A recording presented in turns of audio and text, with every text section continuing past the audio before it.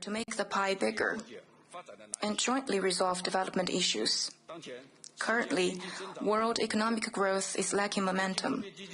The IMF forecasts global growth of 3.1% for 2026, which is below the pre-COVID average of 3.7%.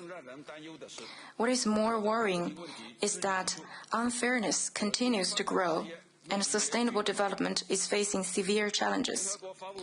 According to a UN report, 2/3 of the Sustainable Development Goals will not be met by 2030.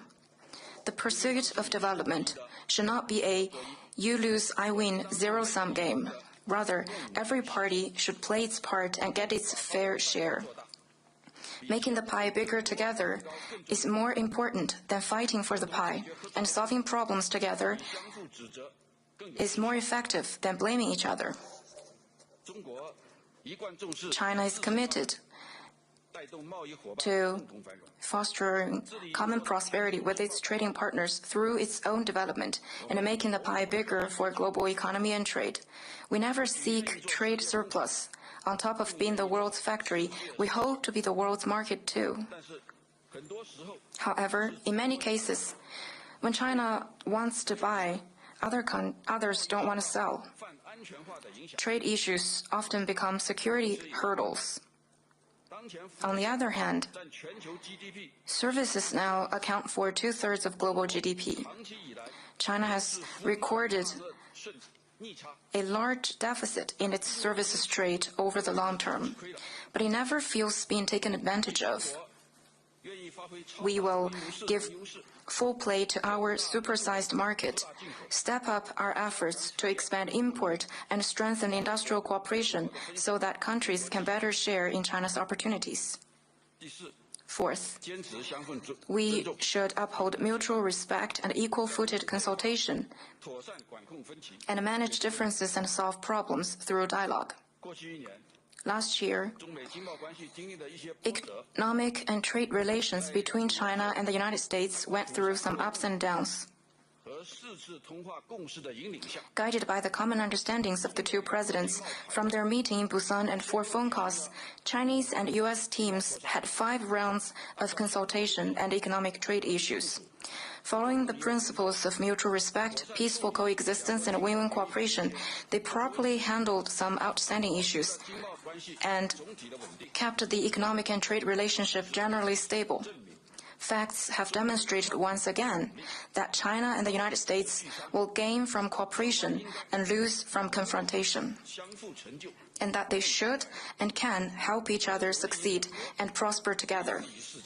The trade talks also showed that as long as the two sides engage in equal-footed consultation and work in the same direction, there will always be more solutions than problems. To be frank, it's normal for countries with different social systems, stages of development, histories, and cultures to encounter divergences and frictions as they develop and interact. But sometimes these are merely misunderstandings. The key is to uphold the spirit of equality, respect, and mutual benefit, build trust through dialogue, and resolve disputes through consultation. Instead of looking for answers from confrontation or antagonism, we must find a way out through communication and consultation and explore the path of win-win and all-win. China is a trading partner, not a rival for other countries. And China's development presents an opportunity, not a threat, to the world's economy. When it comes to differences and misunderstandings in international economic and trade cooperation, China calls for equal consultation to enhance mutual trust, bridge differences, and solve problems. Ladies and gentlemen, friends, over the past 5 years, the Chinese economy has made steady progress. We have deepened reform and opening up, continued to expand the consumer market, made solid headway in developing new quality productive forces, and accelerated the green and low-carbon transition. With an average annual growth rate of around 5.4%, China's economy has expanded to 140 trillion RMB, contributing approximately 30% to global economic growth. Over the past 5 years, China has imported over $15 trillion worth of goods and services, $1 billion of tax revenue, created numerous jobs and boosted local foundations, demonstrating advantages in many areas, strong resilience, and great potential. China's development has been achieved mainly through reform, opening up, and innovation, rather than so-called government subsidies. Admittedly, we do face some old and new problems and challenges, but they are predominantly the growing pains of our development and transition, and we are working hard on them, and we are fully confident and capable of tackling all kinds of risks and challenges. Last October, the 20th Central Committee of the Communist Party of China held its fourth plenary session and adopted the recommendations for the 15th Five-Year Plan, laying out the top-level design and strategic blueprint for China's economic and social development in the next 5 years. China will further apply the new development philosophy of innovative, coordinated, green, open, and shared development put forward by President Xi Jinping, work faster to foster a new development paradigm with domestic circulation as the mainstay and domestic and international circulations reinforcing each other. Fully tap into the potential of our supersized market with 1.4 billion people and strive for new progress in high-quality development. We will improve our market rules and institutional safeguards and provide more opportunities for all other countries. China will actively expand domestic demand and share with the world the opportunities in its vast market. Currently, China is the world's second-largest consumer market, and in many segments, such as automobile, mobile phone, and home appliances, it is already the largest one. But its per capita consumer spending is still below that of developed economies. As China's middle-income group continues to grow, there will be more and more diverse needs for a higher quality of life, which means immense potential for consumption. China has put domestic demand on top of its economic agenda this year and is working faster on an income growth plan for both urban and rural residents to vigorously boost consumption and make itself a consumption powerhouse on top of a manufacturing powerhouse. China will continuously promote investment in both physical assets and in human capital, actively expand investment and consumption in such areas as education, medical services, and elderly care, and create more space for consumption. We will continue to host events such as the China International Import Expo, further expand import, and encourage more quality products across the globe to enter the Chinese market. We encourage businesses from around the world to seize the opportunities presented by our expanding domestic demand, provide more and better products and services, and further explore China's consumer market so as to gain a head start in the fierce international competition. China will steadfastly expand opening up and share with the world the opportunities from its high standard opening up. Reform and opening up is China's fundamental state policy. China will open its door still wider to the world. China will actively expand voluntary opening up, align with high standard international economic and trade rules, expand market access and open more areas, particularly in the service sector, and step up our efforts to attract and utilize foreign investment. China will continue to foster a market-oriented, law-based and world-class business environment, provide equal treatment for both domestic and foreign enterprises, and make the demand list of businesses a service list of the government. Should foreign enterprises encounter any problems in China, please do not hesitate to inform us, and we will actively address them. China is committed to deepening international industrial specialization and collaboration, keeping global industrial and supply chains secure and stable, and building a global market of shared benefits. We welcome foreign enterprises to invest in China and share in China's opportunities. We also hope governments of other countries can provide a fair, non-discriminatory, transparent, and predictable investment environment for Chinese enterprises. China will accelerate sci-tech innovation and share with the world the opportunities from its innovation-driven development. The latest round of technological revolution and industrial transformation is unfolding at a faster pace, creating new historical opportunities. Innovation is an essential engine for China's high-quality economic development, and Chinese modernization must be underpinned by modernization in science and technology. Currently, China has the biggest number of researchers and international patent applications. There are diverse scenarios for application and a sound environment for innovation. And now AI is empowering various sectors. China will continue to promote full integration between technological and industrial innovation, strengthen the protection and application of intellectual property rights, and stimulate the vitality of all innovators. Scientific and technological progress cannot be achieved without international cooperation, and innovation brings both opportunities and risks. China is ready to work with all other countries in the spirit of openness and cooperation to advance sci-tech innovation, empower the world economy, and address global challenges in such areas as AI governance. China's innovation-driven development not only serves itself, but also benefits the world. We welcome companies from around the world to deepen cooperation with China on innovation and sharing the opportunities presented by innovation-driven development. China will pursue green development and share with the world the opportunities from green and low-carbon transition. At the UN Climate Summit last September, President Xi Jinping solemnly announced China's 2035 nationally determined contributions. This is the first time that China put forward an absolute emissions reduction target, which is a testament to China's firm resolve and maximum effort. China has put in place the world's largest renewable energy system and the most complete new energy industrial chain. We will control both the total amount and intensity of carbon emissions across the board and strive to achieve carbon peaking before 2030 and carbon neutrality before 2060. China will work with all other parties to fully and effectively implement the UNFCCC and its Paris Agreement, uphold the multilateral process on climate change, and actively promote global green and low-carbon development. China will work with all parties to foster closer partnerships for green development, address the shortfall in green production capacity, and ensure the free flow of quality green products globally.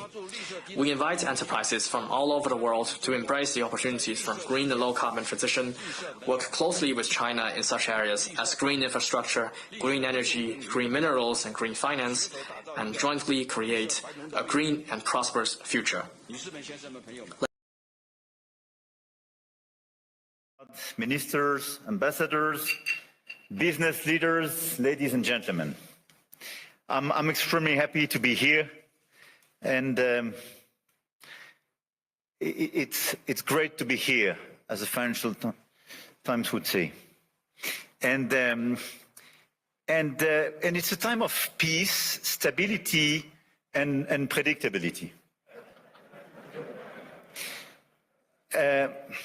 So let's try to address the key challenge of this world in a few minutes' time. But it's clear that we are reaching a time of instability, of imbalances, both from the security and defense point of view and the economic point of view. Look at the situation where we are.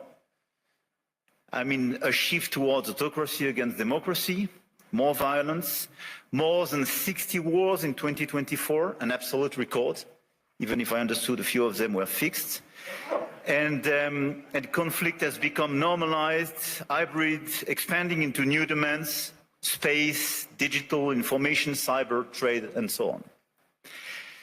It's as well a shift towards a world without rules. where international law is trampled underfoot, and where the only law that seems to matter is that of the strongest, and imperial ambitions are resurfacing. Obviously, the Russian war of aggression against Ukraine, which will enter into its 4th year next month, and conflicts continue in the Middle East and across Africa. This is as well a shift towards a world without effective collective governance, and where multilateralism is weakened by powers that obstruct it or turn away from it, and rules are undermined. And I can multiply the examples of international bodies weakened or left by the key economies. And when we look at the situation, it's clearly a very concerning time, because we are killing the structure where we can fix the situation and the common challenges we have. Without collective governance, cooperation gives way to relentless competition. Competition from the United States of America through trade agreements that undermine our export interests, demand maximum concessions, and openly aim to weaken and subordinate Europe, combined with an endless accumulation of new tariffs that are fundamentally unacceptable, even more so when they are used as leverage against territorial sovereignty. And competition from China, where massive excess capacities or distortive practices threaten to overwhelm entire industrial and commercial sectors. Export control has become more dangerous new tools, destabilizing global trade and the international system. And the answer, in order to fix this issue, is more cooperation and building new approaches. And it's clearly building more economic sovereignty and strategic autonomy, especially for the Europeans, which is for me the core answer. In this context, I want to exclude two approaches. The first approach would be to, I would say, to passively accept the law of the strongest, leading to vassalization and bloc politics. I think accepting a sort of new colonial approach doesn't make sense. And all the head of state and government and business leaders, which would be too complacent with such an approach, will take a huge responsibility. The second will be to adopt a purely moral posture, limiting ourselves to commentary. That path would condemn us to marginalization and powerlessness. Faced with the brutalization of the world, France and Europe must defend an effective multilateralism because it serves our interests and those of all who refuse to submit to the rule of force. And for me, the two answers are, on one side, more sovereignty and more autonomy for the Europeans. On the other side, an efficient multilateralism to deliver results through cooperation. Obviously, France and Europe are attached to national sovereignty and independence, to the United Nations and to its charter. And it's not an old-fashioned way to live multilateralism. It's just not to totally forget what we learned from the Second World War and remain committed to cooperation. And this is also because of those principles that we have decided to join the mutual exercise in Greenland without threatening anyone, but just supporting an ally and another European country, Denmark. Facing this order and this new situation, this year France holds the G7 presidency with a clear ambition to restore the G7 as a forum for frank dialogue among major economies and for collective and cooperative solutions.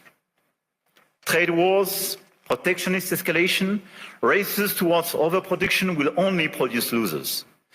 This is why addressing global economic imbalances is our key priority.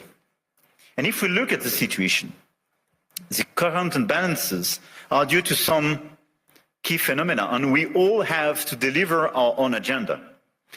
This includes American overconsumption, Chinese underconsumption and overinvestment, and European underinvestment and lack of competitiveness. And these imbalances are also reflected in development gaps, by the way, and we can no longer settle for aid that neither delivers sufficient results nor enables countries to escape poverty. So our objective through the G7 is to demonstrate that the world's major powers are still capable of reaching a shared diagnosis of the global economy and committing to concrete actions.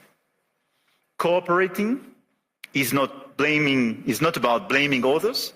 It is about assuming one's share of responsibility and contributing to solutions. So the objective of this G7 will be to build this framework of cooperation in order to fix the roots of these imbalances and restore efficient convergence and cooperation through multilateral frameworks. And the other objective is as well to build bridges and more cooperations with the emerging countries, the BRICS and the G20, because the fragmentation of this world would not make sense. Here, this point is for, I would say, the global agenda and how I see our G7 agenda. On the other side, we have the European answer. And for me, Europe clearly has to fix its key issues: the lack of growth, the lack of GDP per capita growth, and the three pillars of our strategy in order to deliver more sovereignty, more efficiency and more growth would be based on protection, simplification and investment. Because the diagnosis is well known, European competitiveness still lags behind that of the US, and in the current global order, facing precisely the Chinese approach, we have to react. So first, protection. Protection doesn't mean protectionism. But today's Europeans are too naive. This is the unique market open to everybody without checking level playing field. Nobody can access the Chinese market as people are accessing the European market for sure. But even if you take the US and a lot of other countries, the level of protection does exist for investment and trade. And the Europeans are the only one not to protect their own companies and their own markets when the other countries doesn't respect level playing field. This is why we have to be much more realistic if we want to protect our chemical industry, our industry, from the automotive sectors to a lot of others, because they are being literally killed by the lack of respect of a normal framework and level playing field. Europe has very strong tools now, and we have to use them when we are not respected and when the rules of the game are not respected, by the way. The anti-coercion mechanism is a powerful instrument, and we should not hesitate to deploy it in today's tough environment. We must also advance the principle of European preference. There is a North American preference in your market. There is no European preference today. We are progressively creating it, and in the latest documents and decisions taken by the decisions, we do have the first examples of that, but this is extremely good. And we are currently aligning closely with Germany to deliver an ambitious and simple framework. And this is a decisive project, and I count on the European Commission to present a proposal as well by early 2026 with the highest possible level of ambition in order to deliver, I would say, across the different sectors, the principle of European preference. This is a necessity. We must act on imports as well regarding this protection issue. And in the context of escalating trade tensions and Asian overcapacities, Europe must strengthen its trade defense instruments, including mirror measures to enforce regulatory standards, and we must improve the quality and added value of foreign direct investments, targeting projects with strong export potential. And this is core for the rebalancing with China.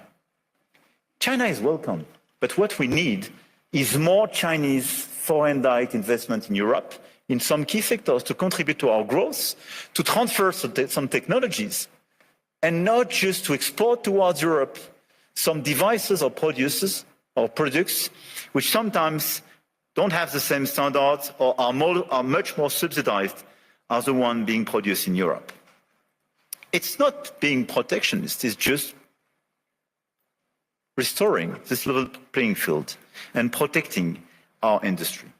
So from safeguard clauses to mirror clauses to European preferences and incentives for more FDIs, this strategy is absolutely key. And in parallel, protecting our economies will also require a resilient strategy on both import and export to de-risk supply chains, particularly for raw materials, rare earths, semiconductors, chips, and to diversify our trade partners. The second pillar of the European economy and the European strategy should be simplification. And when I speak about simplification, we started with CSRD, CSDDD, and we have to do much more on different sectors, and we did it during the past few weeks on automotive, and we have to do it on chemical, digital, AI, banking, and so on. And the core of this simplification is sometimes to get rid of some recent regulations when they desynchronize in a certain way the European Union in comparison with the rest of the world. But we have as well to accelerate the deepening of the single market. On all these sectors, the 450 million inhabitants and consumers market should be the domestic market of all the EU companies. It's not yet the case as long as you have complexities. In doing so, we must ensure respect technological neutrality and non-discrimination within the European Union. This is another pillar, another point of simplification. Neutral approach in terms of technology and non-discrimination. We discriminate during such a long time between the different sources of energies. It's counterproductive for the Europeans themselves. Companies have a role to play, and we must act, and you must act. And clearly, you must help identify and concretely help us to simplify where it is needed. But for me, this agenda of simplification is not a matter of discussion, but just implementation, speed and scale. The third pillar of the European strategy for more competitiveness and more autonomy is based on investment and innovation. We have to invest much more. If there is a GDP per capita so different between the US and Europe, 65% to 70% of the explanation is due to the difference in terms of innovation. And the US was much more innovative because of public and private investment.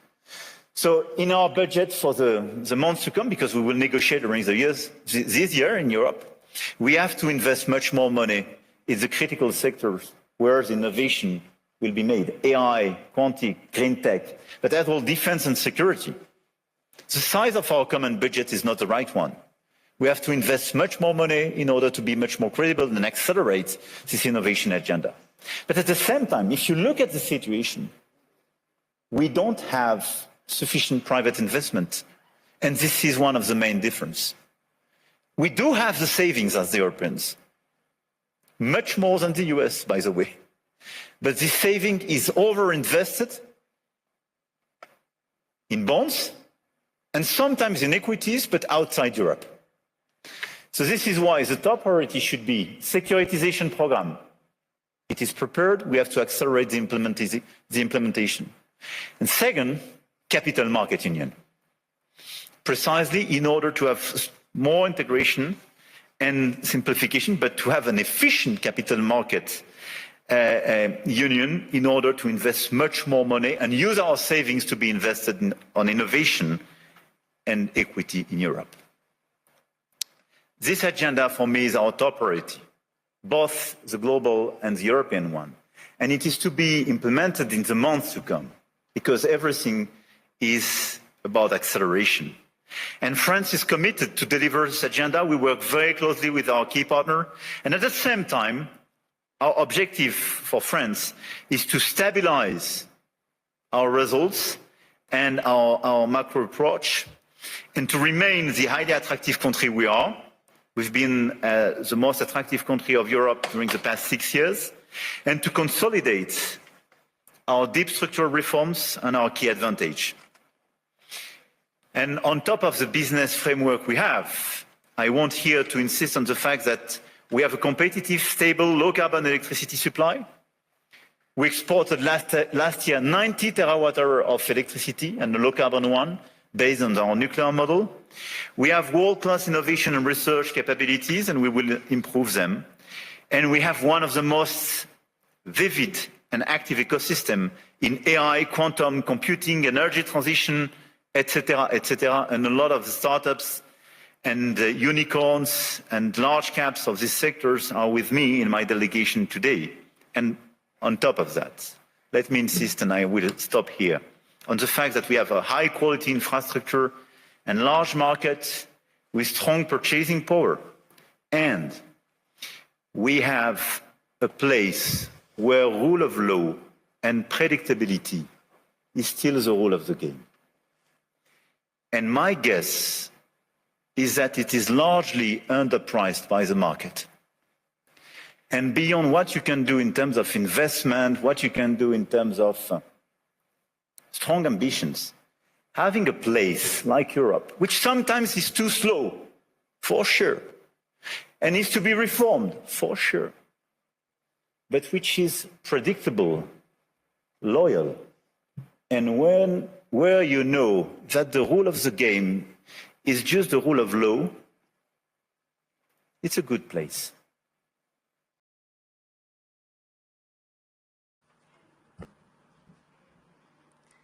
President Brende, dear Borge, thank you very much for the warm welcome. Your Majesties, Excellencies, ladies and gentlemen, indeed, it is now 56 years since the first meeting here in Davos. And the idea of the founder, Klaus Schwab, was to create a platform to discuss the issues and the ideas of the day. Of course, the world has transformed completely since 1971. But the original idea of Davos has remained, as we just have heard in the speeches. So I was delighted that you have gone back to your roots with this year's theme, a spirit of dialogue. Because this spirit is all the more important in a world that is more fractured and more fractious than ever. 1971 was the year of the so-called Nixon shock and the decision to delink the US dollar from gold.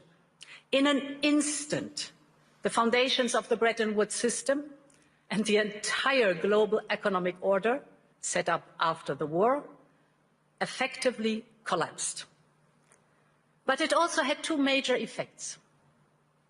It inadvertently created the conditions for what would become a truly global order, and it provided a sharp lesson for Europe and on the need to strengthen its economic and political power. It was a warning to reduce our dependencies, in this case, on a foreign currency. The world may be very different today, without any question, but I believe the lesson is very much the same. That geopolitical shocks can and must serve as an opportunity for Europe. And in my view, the seismic change we are going through today is an opportunity, in fact, a necessity, to build a new form of European independence. And this need is neither new nor a reaction to recent events. It has been a structural imperative for far longer. So when I used this term, European independence, around a year ago, I was surprised at the skeptical reactions. But less than 1 year on, there's now a real consensus around this. The sheer speed and almost unthinkable scale of the change have driven this, but the underlying imperative is still the same. The good news is we acted immediately, whether on energy or raw materials, defense or digital, we're moving fast. But the truth is also that we will only be able to capitalize on this opportunity if we recognize that this change is permanent. Of course, nostalgia is part of our human story, but nostalgia will not bring back the old order.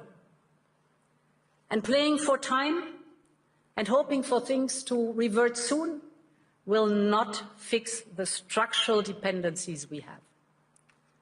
So my point is, if this change is permanent, then Europe must change permanently too. It is time to seize this opportunity and build a new independent Europe. And ladies and gentlemen, this new Europe is already emerging.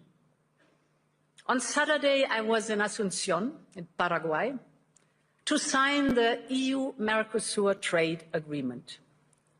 It was a breakthrough after 25 years of negotiations. And with it, the European Union and Latin America have created the largest free trade zone in the world, a market worth over 20% of global GDP, 31 countries with over 700 million consumers, aligned with the Paris Agreement. So this agreement sends a powerful message to the world that we are choosing fair trade over tariffs, partnership over isolation, sustainability over exploitation, and that we are serious about de-risking our economies and diversifying our supply chains. And that will not stop in Latin America. Last year, we reached new agreements with Mexico, Indonesia, and Switzerland, our host country. We're working on a new free trade agreement with Australia. We are also advancing with the Philippines, Thailand, Malaysia, the United Arab Emirates, and more. And right after Davos, the next weekend, I will travel to India. There's still work to do, but we are on the cusp of a historic trade agreement. Indeed, some call it the mother of all deals. One that would create a market of 2 billion people, accounting for almost a quarter of global GDP. And crucially, that would provide a first-mover advantage to the growing and most dynamic continents. Europe wants to do business with the growth centers of today and the economic powerhouses of this century, from Latin America to the Indo-Pacific and far beyond. Europe will always choose the world, and the world is ready to choose Europe.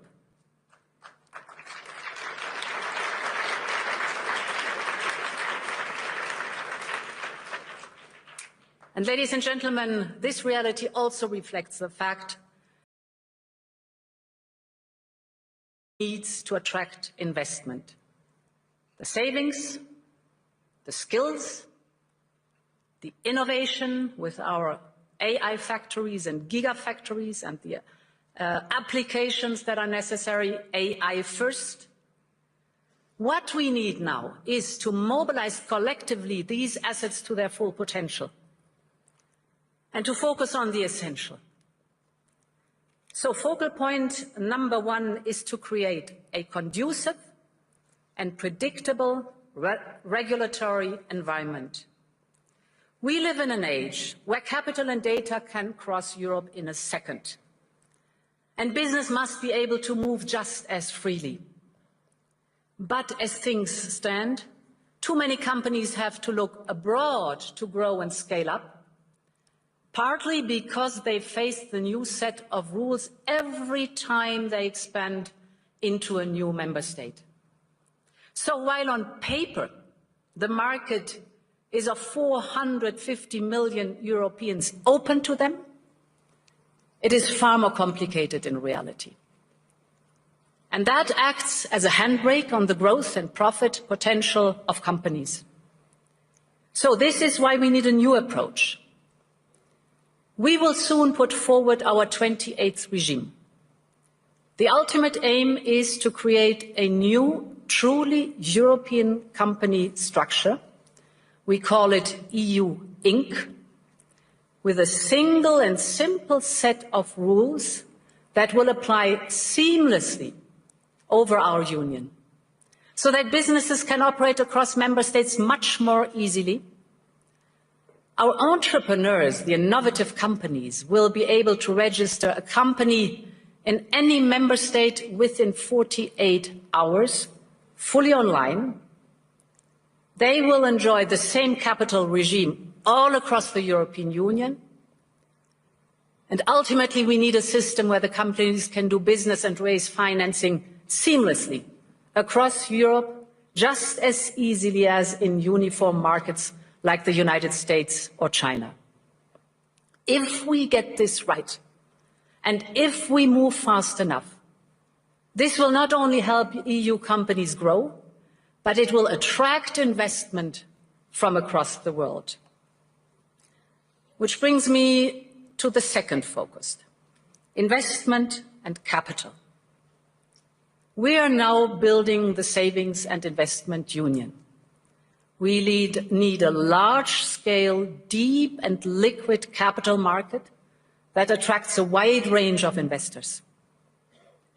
And this will allow business to find the funding they need, including equity, at lower costs here in Europe.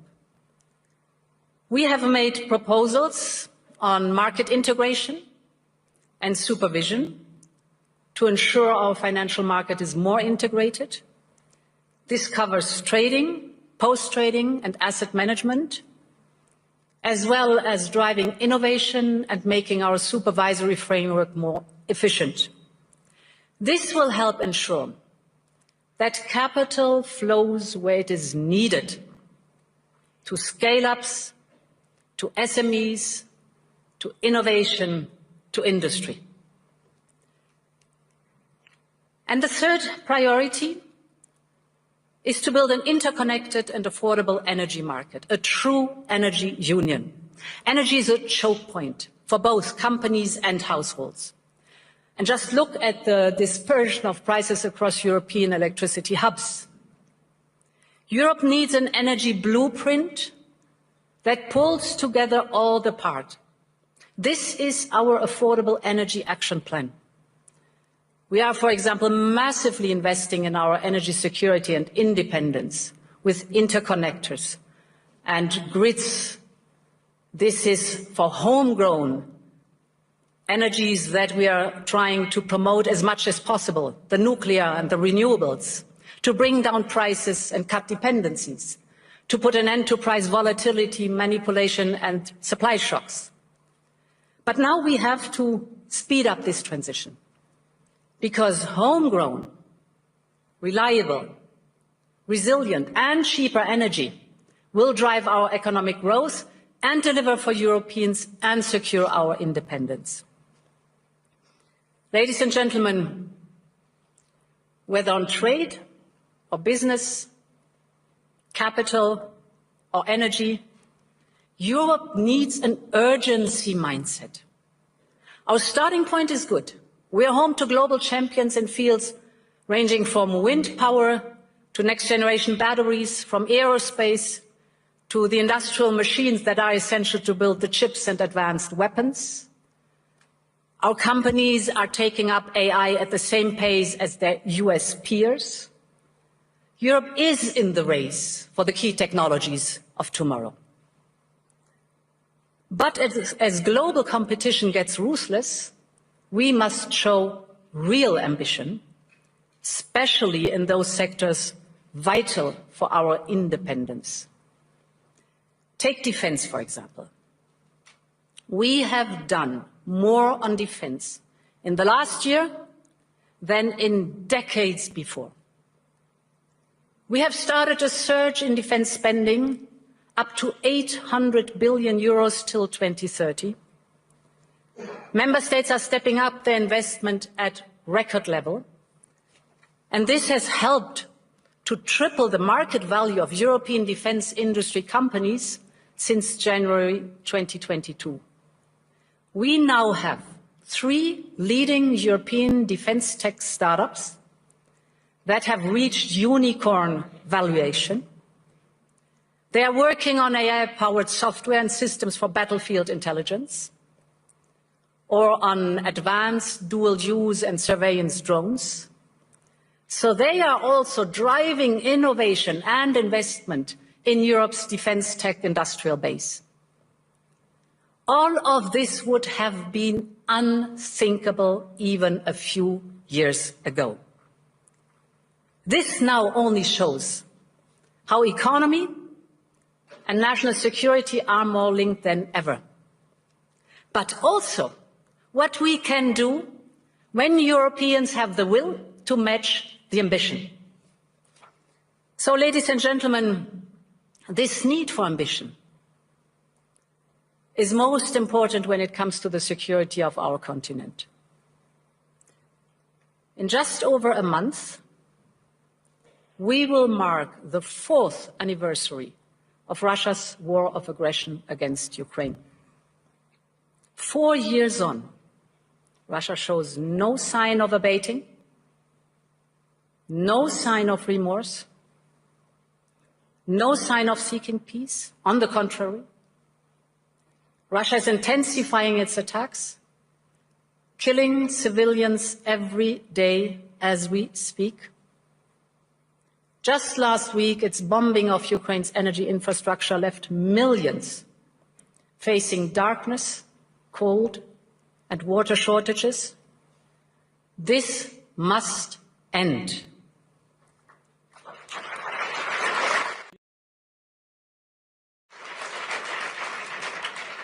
We all want peace for Ukraine.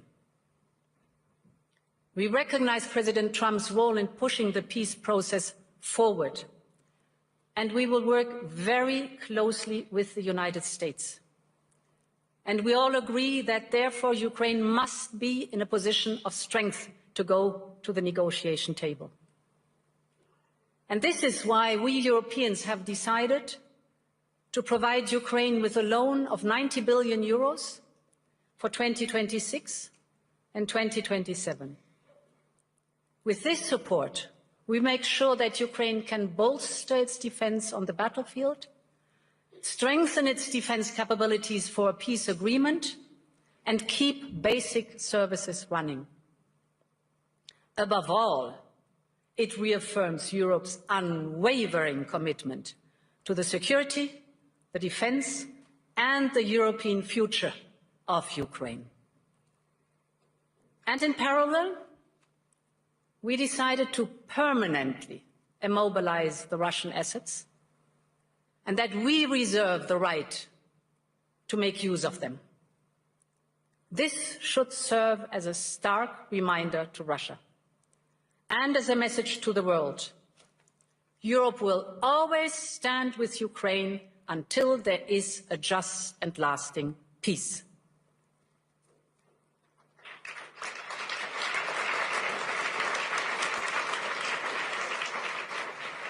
Ladies and gentlemen, I've spoken a lot today about European independence, on partnerships, on prosperity and security. So I would like to conclude with Greenland. To the heart of all 3 of these imperatives. When it comes to the security of the Arctic region, Europe is fully committed. And we share the objectives of the United States in this regard. For instance, our EU member, Finland, one of the newest NATO members, is selling its first icebreakers to the United States. And this shows that we have the capability right here in the ice, so to speak. It shows that our northern NATO members have Arctic-ready forces right now. And above all, that Arctic security can only be achieved together. And this is why the proposed additional tariffs are a mistake, especially between long-standing allies. The European Union and the United States have agreed to a trade deal last July. And in politics, as in business, a deal is a deal. And when friends shake hands, it must mean something. Ladies and gentlemen, we consider the people of the United States not just our allies, but our friends. And plunging us into a downward spiral would only aid the very adversaries we are both so committed to keeping out of the strategic landscape. So our response will be unflinching, united, and proportional. But beyond this, we have to be strategic about how we approach this issue. And this is why we are working on a package to support Arctic security. First principle, full solidarity with Greenland and the Kingdom of Denmark. The sovereignty and integrity of their territory is non-negotiable.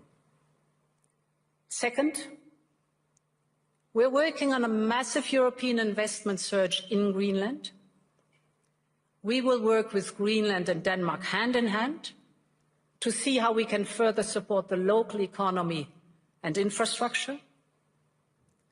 Third, we will work with the United States and all partners on wider Arctic security. This is clearly in our shared interest, and we will step up our investment. In particular, I believe we should use our defense spending surge on a European icebreaker capability and other equipment vital to the Arctic security. And fourth, in the same spirit, we need to work with all our regional partners to strengthen our common security. And this is why we will look at how to strengthen our security partnerships with partners such as the UK, Canada, Norway, Iceland, and others. Finally, I believe Europe needs to adjust to a new security architecture and realities that we are now facing. And this is why Europe is preparing its own security strategy, which we plan to publish later this year.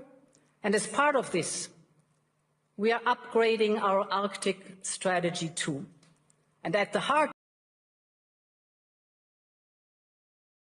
it is for sovereign people to decide their own future. Ladies and gentlemen, when I started preparing for this year's address, security in the High North was not the main theme. But in many ways, it feeds into the wider point I started with today. That Europe must speed up its push for independence, from security to economy, from defense to democracy, having the dialogue with our friends and partners, also if necessary with adversaries. The point is that the world has changed permanently and we need to change with it. And therefore,